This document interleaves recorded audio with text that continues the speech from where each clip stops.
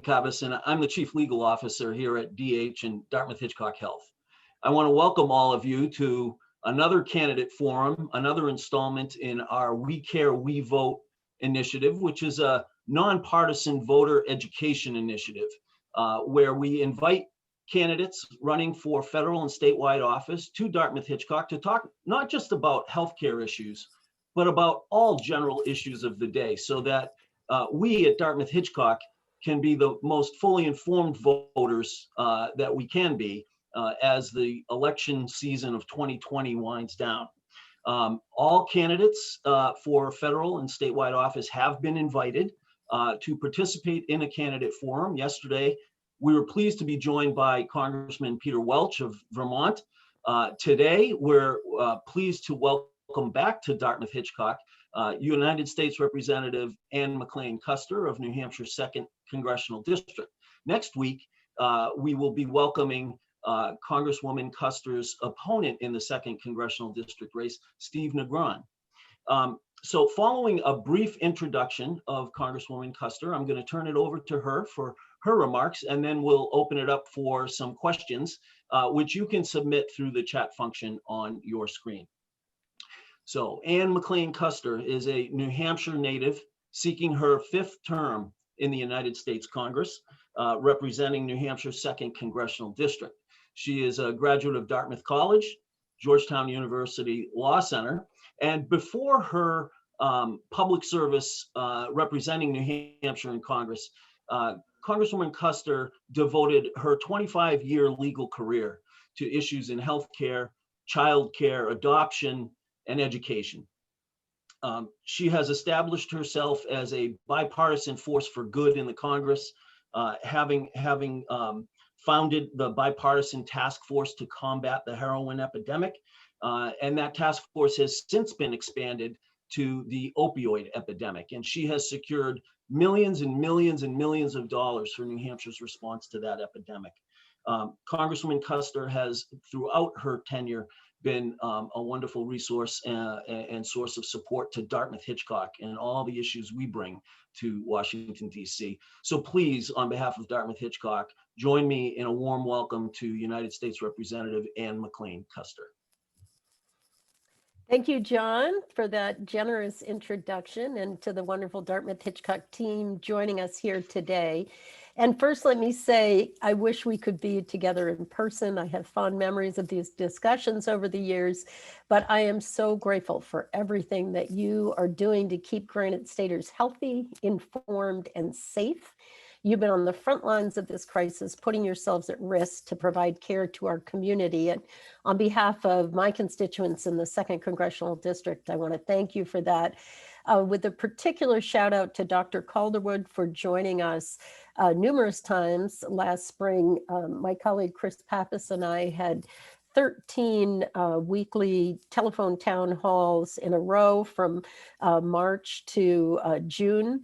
And Dr. Calderwood had a cult following himself with the very helpful advice that he was giving people as an epidemiologist, and just better understanding of COVID-19 as we face the challenges that have beset us in the year 2020.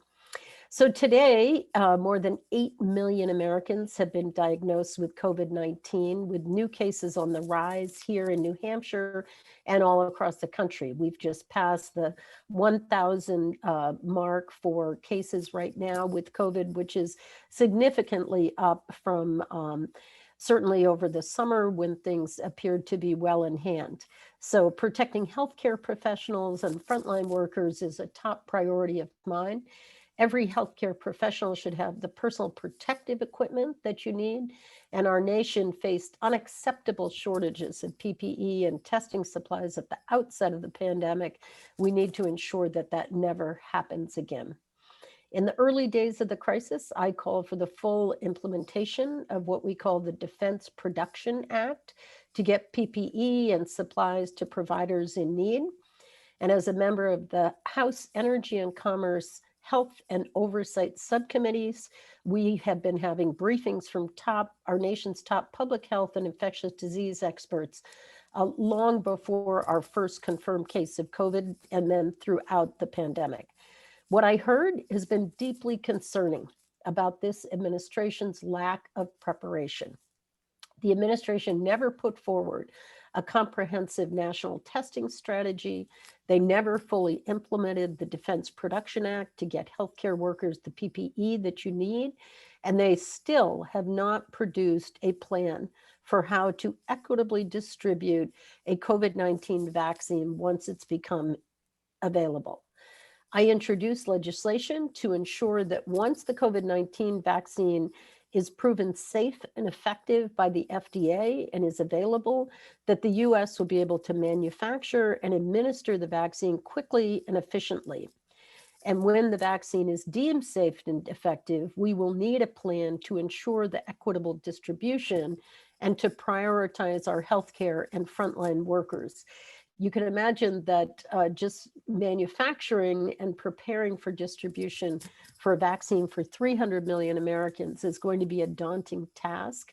And we need to have comprehensive planning and coordination for that to be successful. My roadmap to recovery that I unveiled in April is a comprehensive plan available on our website, kuster.house.gov, outlining critical steps necessary to move forward in our response to this public health crisis, both on the economic and on the public health aspect. My plan details the federal, state, and community actions that are important to ensuring a responsible reopening of the economy and includes legislation to financially support frontline workers, including healthcare workers, police, and postal workers. I was proud to support the CARES Act last March to bolster our nation's healthcare system, but more funding is needed, and that's why I have voted twice now in the House to pass the HEROES Act, which is the next COVID relief bill to provide more financial relief for healthcare providers, ensure sufficient PPE for our healthcare workforce, support a future COVID vaccine based on science and not politics, and fund greater outreach and enrollment for the Affordable Care Act. Now more than ever, Granite Staters cannot be left without insurance to access the care that they need. I believe it's unconscionable that President Trump and the Republican Party are still fighting to repeal the Affordable Care Act. In fact, they have an oral argument scheduled in the Supreme Court on November 10th, just 1 week after the election. We're in the midst of the worst public health crisis in modern history. And I do not believe that the ACA should be overturned in its entirety. We should be working together to make improvements in the ACA for our nation's healthcare system, not tear it down. I was honored to carry the legislation called the Protecting Americans with Pre-Existing Conditions Act that passed in the House and would fortify some of the most important protections in the ACA. Despite their promises to keep pre-existing condition protections, it's very clear that Republicans in both the House and the Senate refused to do so. In fact, House Republicans voted against my bill in record numbers, and the Senate has yet to even take up the legislation. More than 52 million Americans and more than half of Granite Staters live with pre-existing conditions. You can go right through the alphabet: allergies, asthma, cancer, diabetes, and the list goes on and on. And while I recognize that we need to strengthen and stabilize the ACA, we should equally accept the principle that no one should be denied insurance coverage because of a pre-existing condition. Ensuring that Americans have access to comprehensive health insurance they need is crucial, but we also need to make sure that they can access the care that they need. During the pandemic, we've seen the expansion of telehealth options to ensure that people can get care while reducing the risk of COVID-19 and keeping patients and providers safe. And I've introduced and supported numerous bills to expand access to telehealth, which I believe is crucial during the pandemic and will continue to be important in the future of our healthcare delivery system, especially in rural parts of my district. I've heard from families across New Hampshire that they want Democrats and Republicans to work together across the aisle to make improvements in healthcare, and I'll continue to work toward that goal. Thank you, John, for referencing in the introduction. I was the founder and current co-chair of the Bipartisan Opioid Task Force and the Bipartisan Task Force to End Sexual Violence. So I'll continue to work across the aisle. I thank you to everyone for being with us today, and I look forward to answering your questions. Thank you very much, Representative Kuster. Before we go to the Q&A session, I have a couple of my own for you, and let me just follow up with where you ended. While most of the attention today is focused on the COVID-19 pandemic and our response to it, other problems persist and in fact are aggravated by the pandemic. And I'm talking about the substance use disorder problem. I'm talking about behavioral health problems. I'm talking about sexual abuse problems. We risk sort of taking our eye off of those problems with this single-minded attention to the COVID problem. Can you talk about those other issues and what you're doing to help combat them? Absolutely. And I've been on calls throughout the COVID pandemic with treatment providers. So let me turn to the opioid epidemic here in New Hampshire. And by the way, it's expanding to methamphetamines and cocaine. And obviously, alcohol addiction has always been an issue and has continued to grow during the pandemic. What we've seen, not just here in New Hampshire, but all across the country, is a 30% increase in opioid overdoses and a 30% increase in opioid deaths. It's tragic. We've set ourselves back from all of the progress that we've made over the last 8 years. And I think, talking to treatment providers, families, the calls and the letters that we receive, that the individual tragedies are heartbreaking, but collectively, it's a tremendous cost on our society. We've also been dealing with a 40% increase in calls to child sexual abuse hotlines.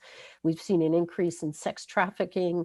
It's a position of privilege to be working from home and feel safe at home. People who experience child sexual abuse or domestic violence from family members, this has been an endless nightmare for them. We also have had to deal with food insecurity, which impacts obviously people's health and well-being. We've had a dramatic increase in the need for supplemental food. And part of the CARES Act was not just individual stimulus relief, but also expanded unemployment, $600 per week, federal expanded unemployment that carried people through the end of July. I think that made a tremendous difference when we were up to 16% unemployment in the state. We were trying to fend off a total economic collapse in the face of a public health crisis. And I think the CARES Act did just that here in New Hampshire. The aid to small businesses, Paycheck Protection Program loans, 24,000 small businesses being able to keep people on the payroll even when they were shut down during the height of the crisis. But now we still have people who need relief. Many people have gone back to work. They continue to get a paycheck. And we're fortunate here in New Hampshire that our unemployment is down now to 6.5%. But of the people who are hurting, who are still unable to go back to work, I believe we need to extend those benefits. And that's why I support the HEROES Act. So there are a lot of people who are suffering. I'm very concerned heading into the winter about evictions.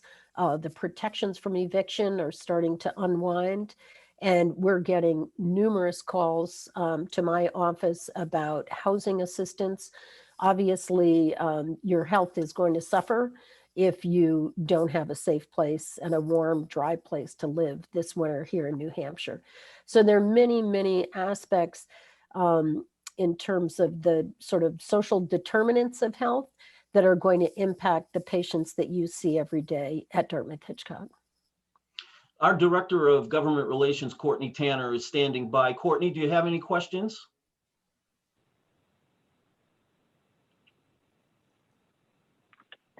Hi, John and Congresswoman Kuster. We do have a couple of questions.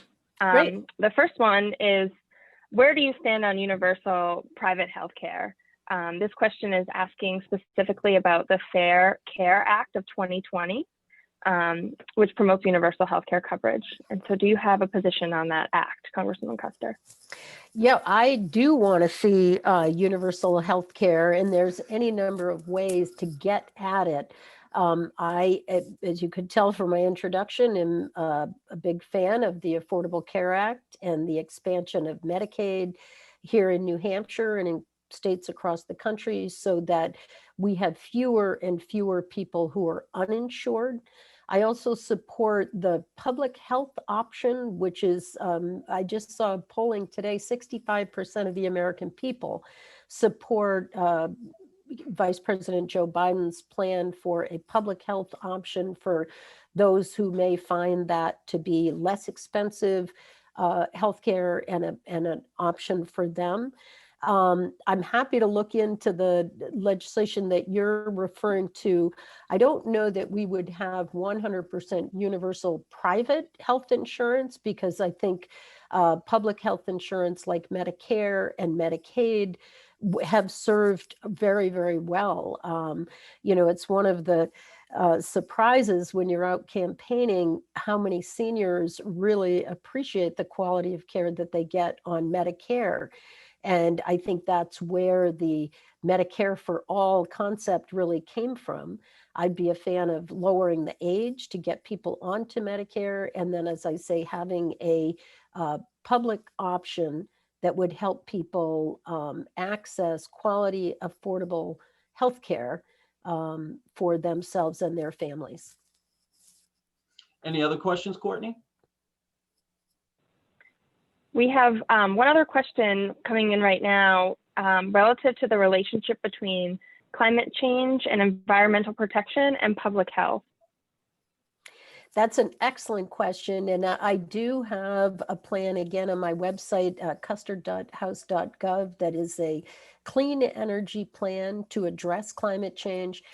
Let me say this is a distinction from my opponent. We have many, but I firmly believe that our climate is changing and that it is the result of increased levels of carbon dioxide in the environment that is caused by human activity.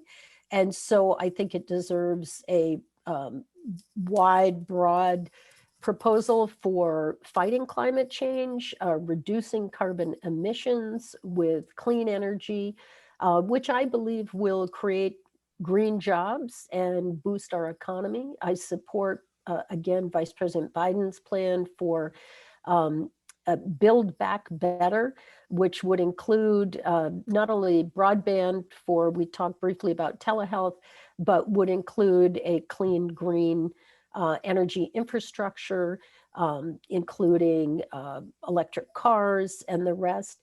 And there is absolutely a connection to public health and to the health of individuals, clean air, clean water, but in particular, the dramatic impact that climate change is having on people's lives.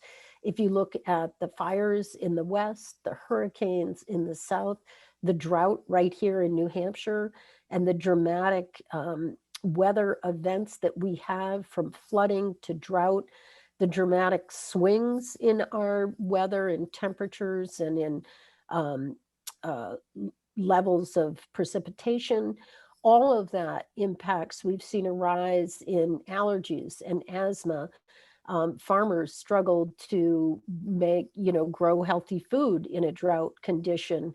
So I think every aspect of this impacts our lives, and it's another very good reason, I believe, to elect the Biden-Harris ticket and elect Democrats to Congress, because I think our position on this will be very different, and you'd see a dramatically different change in the legislation that we would produce in 2021. Representative Kuster, I want to pick up on something you referenced. You referenced Medicare and healthcare for our seniors. As you know, New Hampshire is one of the oldest populations in the country. Many of Dartmouth-Hitchcock's patients are seniors. They depend on Medicare as a source of health insurance.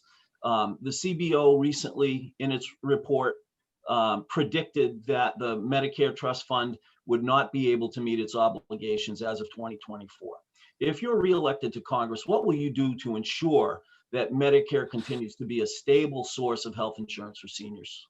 Absolutely. No, that's a top priority, and not just Medicare, but also Social Security. So there are fixes. One of the biggest ones in Medicare is to negotiate the price of prescription drugs. We pay far too much, both seniors and taxpayers. And this is an anomaly that's left over from the George W. Bush administration, when pharmaceutical companies were totally left off the hook. A provision that actually prohibited negotiating what we call volume discounts for medication. And anybody knows in this sector that the way to bring down the cost are these volume discounts. They're used in federal health insurance, the VA, all other aspects, and certainly in private health insurance, where insurers and large employers negotiate a much lower price by offering a volume purchase. So that's the place to start. I think there are other changes that can be made, but I totally agree with you that this is a top priority for Congress to ensure that both Social Security and Medicare are on strong footing well into the future. So we're running short, we're getting there, but I have one more question. I want to pick up on something else you said, and that is prescription drug prices. As you know, Big Pharma have begun to unilaterally increase drug prices by eliminating the 340B drug discount and unilaterally raising prices in the midst of a pandemic, when places like Dartmouth-Hitchcock are losing tens of millions of dollars a year. Eli Lilly has unilaterally raised its prices, AstraZeneca, Sanofi, Novartis, and we are awaiting anxiously response from the executive branch and the Health and Human Services Department. But as we await that response to this unilateral action by Big Pharma, what can Congress do to ensure that these vital this discount program on which our patients depend and on which our programming depends can continue into the future without threat? Well, and John, you point out, again, this is a political distinction. A Democratic administration would immediately clamp down on these price increases. And you've had a Republican administration that just lets the pharmaceutical companies run roughshod, and not just on hospitals like yourself, but on individuals. Dramatic increases in medication, as you say, during a pandemic. It's unconscionable. What we've done in our health subcommittee and in our oversight committee in particular is to hold hearings to hold them accountable and to shame them literally into and to draw public attention, but to shame them into capping the costs. And we saw that with a number of medications that we had been hearing from our constituents that are life-saving medication. Insulin, for example, we had a hearing on insulin, and the companies came in and we negotiated really like in real time during the hearing to say, what are you going to do to cap the cost of insulin? And most of those companies did make a change in their pricing. We've had the same problem with the EpiPens and all of these I went to pick up an asthma medication that I have to take every single day. And certainly during COVID, I've been particularly anxious about my lungs and making sure that I stay on this medication. And I went to pick it up and it cost over $100. And I said, oh, does my insurance no longer cover that? And the pharmacist looked at it and she said, oh yeah, no, your insurance covered it. If you hadn't have had insurance, it would have been $438. And this is something that was a 1-2 month supply. This is something I have to take every single day. So I think, again, I have to say the election in 14 days couldn't be more important, because a Democratic administration will hold these pharmaceutical companies to reasonable price increases and not let them hold the American people hostage. Well, we are running out of time. Any final remarks, Representative Kuster? Well, just thank you to you and Courtney and Allison McDonald and Matt and Joanne Conroy and everyone who continues to run such an extraordinary organization. We're so fortunate in New Hampshire to have the quality of healthcare that we have, and due in large part to the folks on this event and all of your colleagues. So thank you for hanging in there during COVID. Thank you for everything you're doing to keep yourself and your colleagues safe and our community safe. And we look forward to continuing to work with you. We've had a strong relationship, and I look forward to that in the coming years. Well, on behalf of Dartmouth-Hitchcock and the We Care, We Vote initiative, I want to thank you very much for taking time out of your busy schedule to spend some time with us. Thank you. Don't forget to get out to vote and wear your mask.